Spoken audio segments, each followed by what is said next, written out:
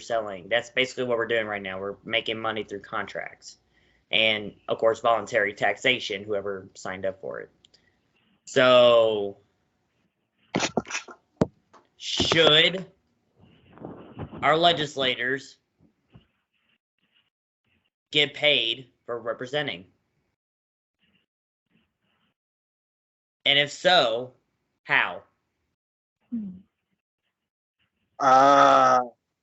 At this point in time, obviously we shouldn't be doing that. We're just too small for that, you know. Okay. So I would put a pin in that one and come back to it in the future.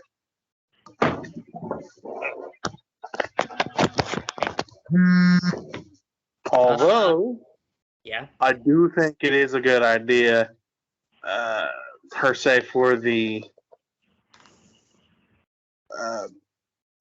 sales tax part. You know?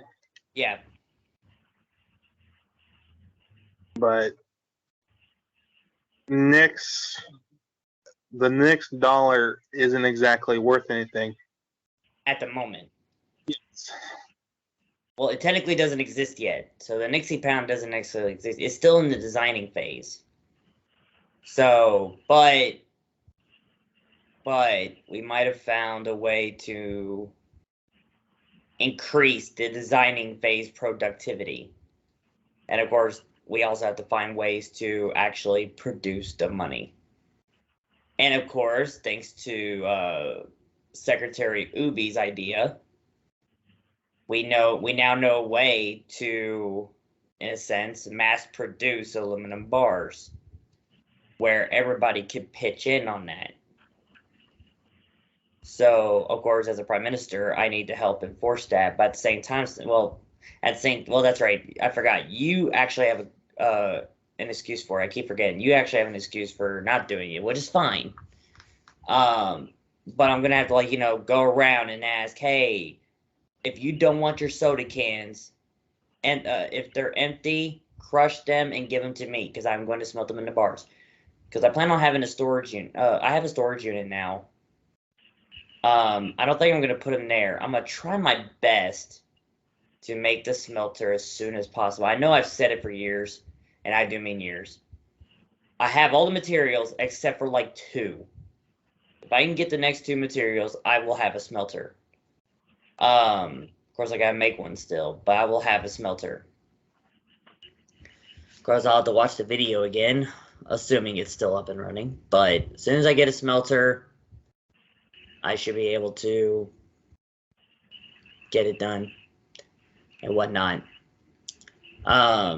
So yeah, and of course, since I'm going to be the only one with a furnace, I'll do the best I can to make as much aluminum bars as I can. I'm by myself here, so. But we'll have an aluminum factory, and maybe that'll be our first job. Maybe that'll be our. It'll be considered a state-owned job. That's what it'll be considered. It'll be considered a state-owned job. So it'll be a state-owned industry. Because I'll definitely hire people. Now here's the thing though about paying employees in NICS, because this makes it easier. Assuming our currency will get made first, we're going to make our currency first before we make a lot of aluminum bars and have them to back up our currency and whatnot. So I think our payment to everything, NICS-wise, should be the Nixie pound and not the US dollar. The US dollar, because of where most of our citizens are at, even though it's getting worthless now, it should be the savings part should be the US dollar. The US dollar should be like the savings. So like if you need goods or services, buy them from a Nixie citizen. Right? You buy them from a Nixie citizen and use your Nixie pounds to get that service or goods. Right? And then you don't have to worry about spending US dollars. Now, of course, that means we have to compete with the normal American big stores and everything like that. So obviously that will be a struggle. But, we got a Canadian citizen with 2,000 acres of land up in Canada that sells like 4 different types of crops.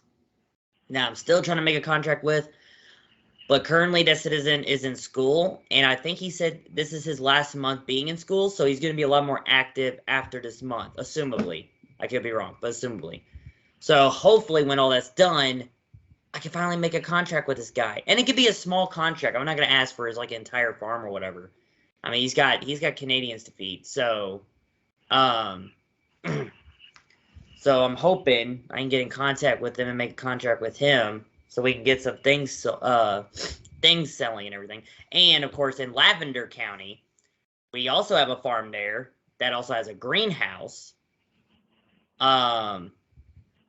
It's a starter greenhouse, meaning the farmers there are new to having a greenhouse, so some of their crops didn't make it already, but they have adjusted to their mistakes, and some of the crops are still alive. So they're gonna work with it and everything. They're growing many things. They're growing water. I don't know what crops that have died, but as far as I'm aware, it's growing peppers, watermelon, brandywine, tomatoes. And whatever else they're making. Oh, and of course they got chicken eggs as well. So there's that. So we have stuff. So, but we need more goods and services so people can rely on Nick's stuff more. So we need to do that. We need to act like Costco a little bit, where if you want to buy something for Costco, you have to be a member. So it's got to be something similar to that and everything. So I see your point of not having a salary for the legislators in our current situation. So let's put a sunset clause on it. Or I don't know. Do you think there should be a salary at all? I should put this word in there. Should there be a mandated salary for the legislatures? Meaning they have to be paid.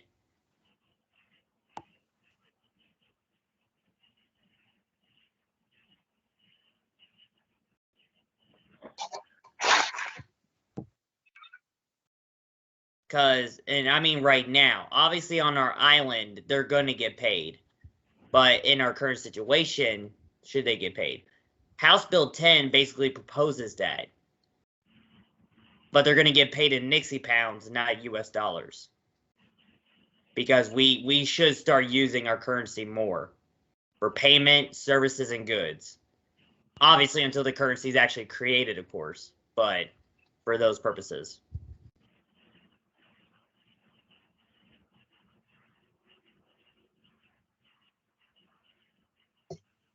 I'm gonna have to go with maybe on that. Okay. I mean, if anything, how should I explain this? Within Nix itself, I think it should be more of a bartering kind of scenario. And then with selling things on the outside, obviously, with outside of Nix, you're going to have to. That's what I'm looking for. Use the US dollar. Yeah. That was kind of the plan anyway. Like I said, I suggested the idea of acting like Costco for a minute, to where if you want to buy Nix goods or services, you have to be a member. You have to be a member, or at least have Nix currency. So, and we could restrict it where you can't use US dollars here. You have to use Nixie pounds. Well, you can. Well, I mean, we could do an exchange for that as well, but at the same time, it's gonna be weird. It's gonna be weird on the exchange part because that's gonna be in the future. So it looks like we can find an idea about the legislators receiving a salary. It's almost been 2 hours. Notice that. That's fine. I'm gonna give us about 14 more minutes. So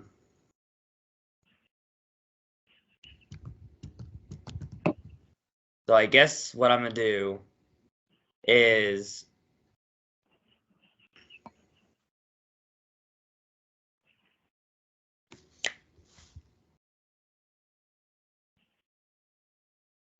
actually, if House Bill 10 passes, they're gonna get a salary anyway, because of our current situation. We've actually already decided to make our currency fiat temporarily. So we are going to constantly print the Nixie pound already. So assuming House Bill 10 passes, the legislators will be paid for. They will be paid, what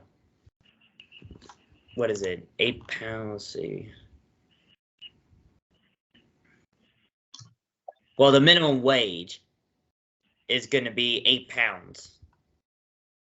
Of course, I don't necessarily have that'll probably be a floor amendment now that I'll probably have to put in here. Okay, yeah, that'll probably have to be a floor amendment that I put in here. Because I totally forgot to put, like, is it an hourly, is it monthly, is it yearly? I actually forgot to do that. So, I'll make that a floor amendment. So, I guess I can go ahead and say what the floor amendment is.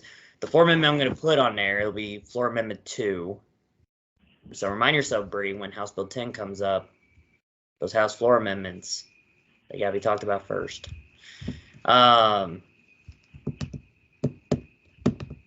The second House floor amendment is going to be about what the wage should be: hourly, monthly, yearly, all that stuff. We don't have to talk about that now. I'll handle that because it's my bill, so I'll handle that one. Other than that, yeah. So at the moment, we're just gonna wait on that. I'll agree to waiting on that. See what happens in the future when it comes to wages, and salaries in general for the government employees. Because House Bill 10 actually affects all government employees. Actually, if I'm correct. Yes, so that actually includes the clerk, it includes you, Ross, it includes the secretary, it includes everybody. So, looks like everyone's getting paid in Nixie pounds that are going to be constantly printed. Now, I did talk to the Queen. Me and the Queen agreed to only print out exactly, I know it's a lot, so it's going to require a lot of ink, exactly 1 million Nixie pounds. That's it. Just 1 million. Why 1 million? Because there's no in hell and way we're going to run out of 1 million Nixie pounds. I could be wrong. But there's no way in hell we're going to run out of them. In a way where, of our current situation, there might or might not be as much exchanges as people would think. But with this wage thing and people getting paid in Nixie pounds, people are getting paid in Nixie pounds. And then when we start getting Nixie goods and services, you guys will start using Nixie pounds for those goods and services. So that's one of the currency goals. And of course, when I start smelting aluminum and we have aluminum bars stored, that's when we'll start backing up our currency. So that's like a double goal. Print out 1 million Nixie pounds first and then shove a bunch of aluminum in it. So that's basically what we're going to do. So with that said, we're just going to wait on the salary part.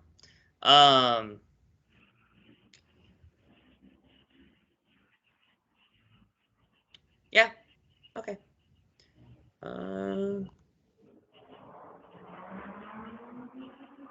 Okay, well, let's go. We got 10 minutes left, so we probably have a little bit enough time for one more paper, maybe.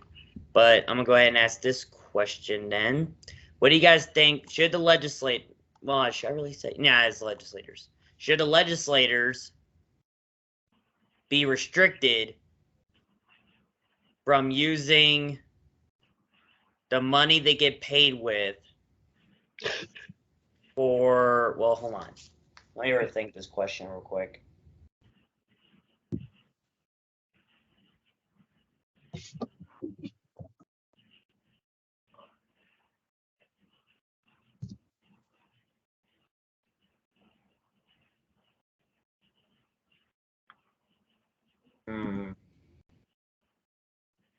Should they be restricted from using their salary to get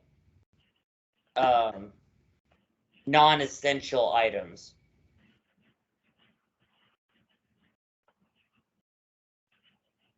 Such as luxury goods, a fancy airplane, a helicopter, a limo, all that fancy stuff.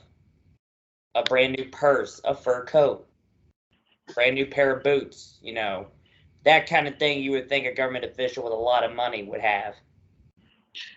Should they be restricted from using their money to do that? Negative. That is their money that they earned. So, yeah, that would be like me trying to come in and tell you you can't wear your uniform. I mean, it's a paper costume, so I mean, kind of worthless anyway. But do you enjoy wearing it? Sometimes. So sometimes. Makes you look good. So, but I can see it. I see that, but I don't see the comparison between that and uniform I'm wearing. But I see what you're getting, though. What about you, Clark? I kind of agree, but I'm also kind of like, until it becomes a thing to where at the next time it has become an actual real thing to other people in different states, I would have to say you're definitely gonna have to restrict that. Okay. I mean, until we can become an actual community and we already have buildings and stuff like that, I wouldn't see why we couldn't come back to this later down the road. Okay.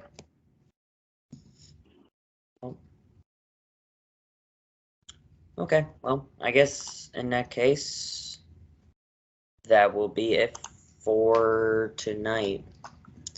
1, 2, 3, 4, 5, 6, 7, 8, 9. Okay. All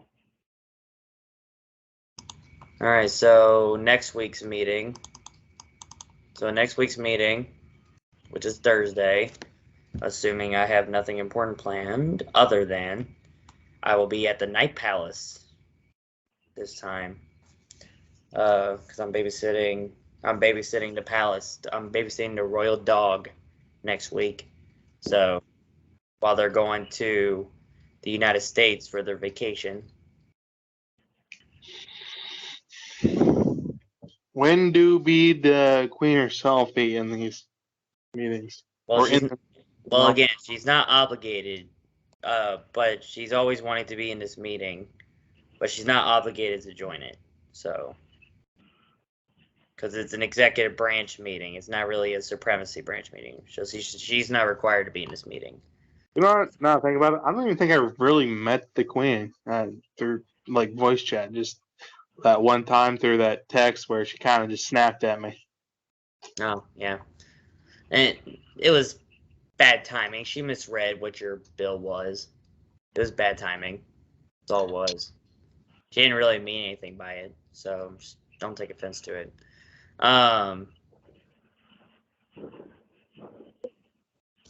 Yeah, let's see. Nope, I don't think I'm doing anything on that Thursday. So it looks like our next meeting will be good to go.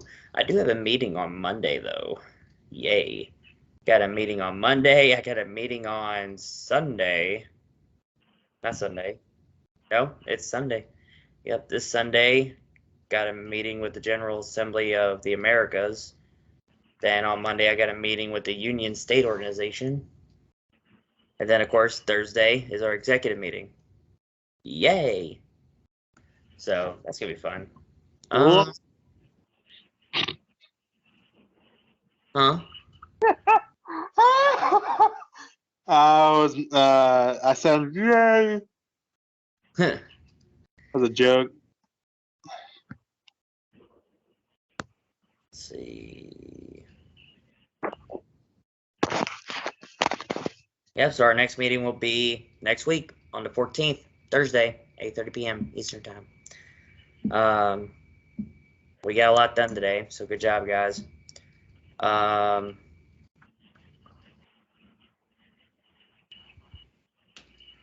As far as I'm aware, there's nothing else to talk about in the next meeting other than Nebraska papers, so we're just going to continue on that. Of course, I'll bring up what happened in the General Assembly meeting and then the Union State Organization meeting. I'll bring those up, see if you guys can give me advice just in case they throw something at me. That's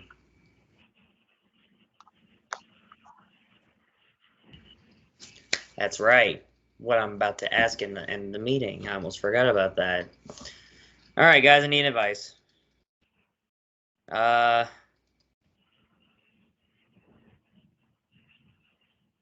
this is just a thought. I'm not going to do it, but this is just a thought. So at the moment, the Queen is the only person that has the power to remove senators from office by royal decree.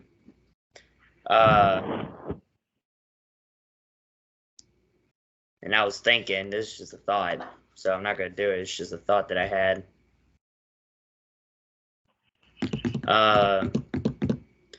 For senators that don't make it to both the executive and unicameral meeting, or they can't make it at all due to their work hours or whatever is actually keeping them from like being in almost every single meeting, really, which is mostly work.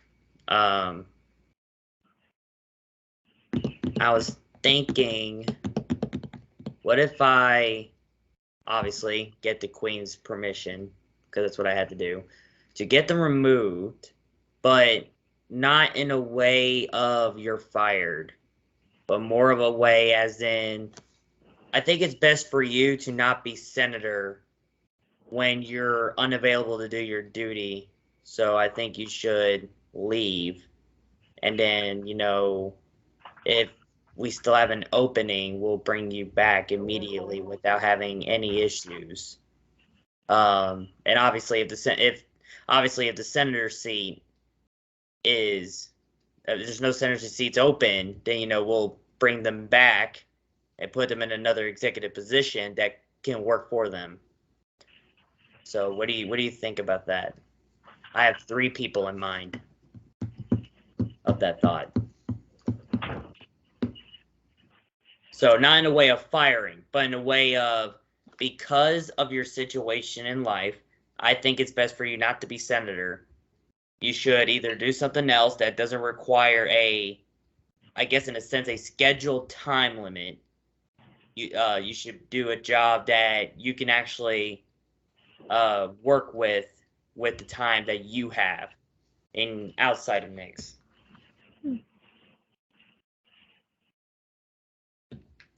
One of them, and you two probably already know who, one of them is already going to get removed almost entirely from the government. But the other 2, I'm afraid they should not be senator because of our scheduled time, and their outside workplaces are interfering with our importance here. So what y'all think? I mean, yeah, give them something that's a little less, how should I say it? That's less full time. And they could do like part-time stuff where they could do it in their spare time. Well, right, like, you know, and like, I'll tell them that you can't be, it's like, I'll tell them you shouldn't be senator, but here's like all these other open positions that don't require a scheduled time. I mean, if it's in the executive branch, obviously the only meeting you have to go to is the one right here on Thursdays every week at 8:30. So those are the only meetings you have to go to. And obviously, if you can't, let me know. But if you're not a senator anymore, you don't have to worry about the unicameral meeting, which are on Mondays at 8:30. So I was thinking of doing that. I might have to talk to the queen about it since I had to get her permission to get them removed anyway. Do you think that should be a thing? If I actually move forward with this and those 3 people are not senators, should I offer them? I mean, obviously I'm going to offer them. I mean, it's the nicest way to do it. Should I offer them more other positions that probably don't require a scheduled time other than this meeting?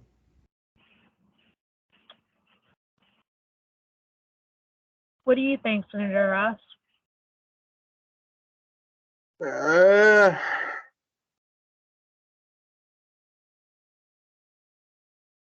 I mean, it depends though. Like on literally just about everything. A lot. Give me details. I'm trying to think. Give me a sec. Like my schedule, I work like 8 to 5, Monday through Friday, and then I sometimes work on the weekend so I can have extra money at the end of the month, right? Yeah, that's not the point. But 8:30 normally works around at I guess that would be 7:30 my time, is because then you got that 2 hours and I of these type of meetings on Monday and Thursdays. That's perfect. It would, for other people, it may not be the case for them. For like, we've already set up a new schedule. I mean, we can always go back to it and change the time up again. Except I'm going to, and depending on what the time would be, I'm personally like if let's say you're changing the time to let's say 5:50. I don't even get home at 5:50, surprisingly. So I would never be able to make it to those meetings, or even 4:30. Like I'm still at work at 4:30. It would literally be impossible for me to do that for myself. Now that may be work for other people's schedule, but at this point in time, for me, it's perfect, right? But for other people, it may not be. Like the other 2 senators, I get one of them is moving right now. I don't know what's up with the other one. Why he rarely shows up. Well, yeah. Secretary Ubi is an interim senator. He's a temporary one. He's taking Senator Marcy's place for the time being. But I might put a stop to that if it comes to it, because I want senators that can make it to these meetings on time. Now, obviously, it's not their fault that their workplace is affecting their meeting schedules and everything. Obviously, that's not their fault. That's right. Why I want them to peacefully resign from that and do another executive position instead that has more flexibility in their time instead of scheduled to the unicameral meeting, which is the most complicated schedule meeting because it's on a Monday. So, but executive meetings are on a Thursday. So most people can make it to Thursdays, except for one of them. But not everybody can make it on Mondays. So, and we're not going to change the schedules anytime soon. I can change the executive meeting schedule anytime I want. I just think Thursdays are perfect. That's why I asked you and Ubi and the clerk about, hey, you guys are off Thursdays? Or doing anything Thursdays? Are you getting off at this time on Thursday? So, and all of you guys are available. So that was the point. But see, I can't change the unicameral time again. Or not again. We cannot change the unicameral time again because the people have spoken. So we can't change the time. So what's done is done, and we're not going to change that again. And we did that because of the unavailability of some senators and ministers. So, and we did that to help them in their availability. But since we got stuck on deciding who's going to be available, who's not, we let the people decide, and the people have decided. So now we have to adjust to what the people decided. So whoever's unavailable, you're unavailable. And if you're available, you're available. So the people decided. We can't really go against that. So, but I'm happy to offer them other positions that will give them more flexibility of their time. So, do you think that's the best course of action? Having the 3 senators in mind to peacefully resign from their post to be other executive positions instead, so they won't have to worry about the hassle of the unicameral schedule? Because you can have an excused absence in the executive. Well, you can have an excused absence for both. Just for the unicameral, you got to have a good one. But in the executive branch meetings, you can have an excused absence here, and it's a little more lax than the unicameral one. But, and only that, this will help with the legislative process too, a little bit at the same time.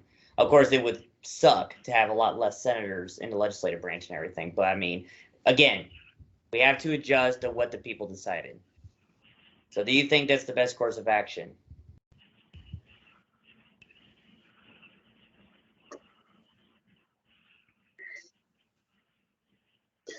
I'd say yeah. I'd offer the different positions if they can't make it on certain if they can't make it in a consecutive 3 to 5 meetings, then you should offer them a different position. Obviously, sometimes shit happens, so Yeah. they can make it to that meeting or meetings around 8:30 your guys' time, 7:30 mine, which is completely understandable. We all live in vastly different time zones. I live in Central, you live in Eastern, and whatever the Oregon one is. Yeah, and of course, like I said, he's not a senator. I made him the backup senator. So as soon as if it happens, if I do request Senator Marcy to be removed from office to be appointed to another position in the executive branch, then Secretary Ubi doesn't have to be a senator anymore because he has no one to back up. So he'll be a secretary again because he didn't want to be senator. I appointed him to be senator to help have a backup. Obviously, it not that it's his fault, of course, but it seems to be a mistake at the same time because it's not necessarily helping. And of course, like you said, I'm forcing someone to do something they didn't really want to do. So obviously I want to fix that. Obviously Ubi's done a great job, and I don't know if he was in the he was in the unicameral meeting. And obviously he did a great job. Loved his opinions and critics and everything. I love it. It's all good. But at the same time, he didn't want to be in that position. And he wasn't ready for that position either. So I didn't want to put that much pressure on him at the same time. So having him just being the secretary of the VNNBA makes it more easier for him. So, which reminds me, the tournament's coming up in August. So the baseball games, They're rough. They're getting rough. And I don't know if you know this, Ross. I don't know if you're a fan of this team or not. The Whitesboro Cavaliers in our baseball games are the #1 ranked team right now with 43-0 wins. So they're whooping butt. They are whooping butt. Some of the games have to be